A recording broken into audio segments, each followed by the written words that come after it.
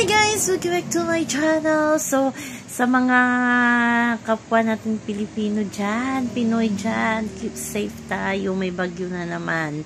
So, ito na nga, kagabi nga ay spotted itong si Will at si Mika Salamanca na magkasamang dumating sa concert ni Maki na alam naman natin na barkada ito ni Will Ashley. Kasama daw ni Mika at ni Will ay yung isang friend ni Will Ashley.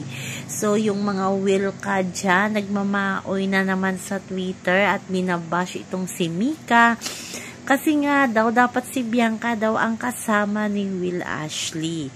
Kasi may mga haka-haka tayong narinig.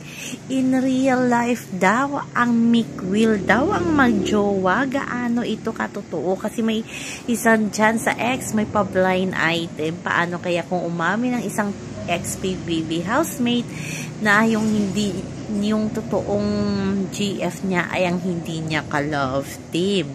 So, ito namang, so, apektado naman ang fandom ni Mika at ni Brent, yung Mick Brent.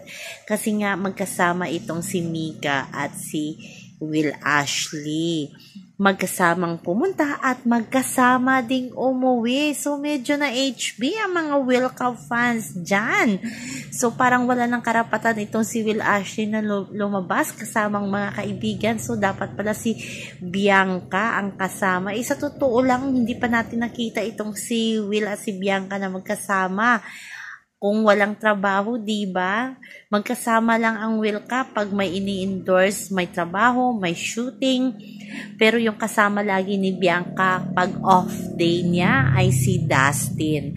So, laging laman din ng bashing itong si Dustin ang dahil din sa love, sa fandom na isa ni Will, ni Bianca na Will ka. Ganon din si Will, si Mika na babash din dahil nadidikit ito kay Will Ashley. Parang mag-ati lang daw itong si Will at si Mika. Kung magkaibigan sila, wala namang problema. Single naman itong si Mika, single naman itong si Will, diba? Kung magkapatid lang ang turingan, mas lalong walang problema pag magkasama sila sa isang concert. Si Brent kasi busy. At si Bianca naman, alam naman natin kung sino kasama ni Bianca pag walang trabaho, diba? Si Dustin, kahit magkasama silang tatlo nga sa trabaho or sa shooting, si Bianca at si Dustin may sariling mundo sa isang gilid, diba? At si Will nandoon naman sa kabilang kanto. So, bigyan natin ng freedom si Will mamimili kung sino ang gusto niya, diba guys? Work lang yan. So, sa mga Will Cup fans dyan, chill lang. Accept nyo naman na, diba, yung Will Cup ay love team lamang. So, bigyan nyo naman ng privacy itong si Will pag wala siyang work. Kahit sinong kasama niyang babae, respeto nyo. So, yun lang po guys ang ating apps.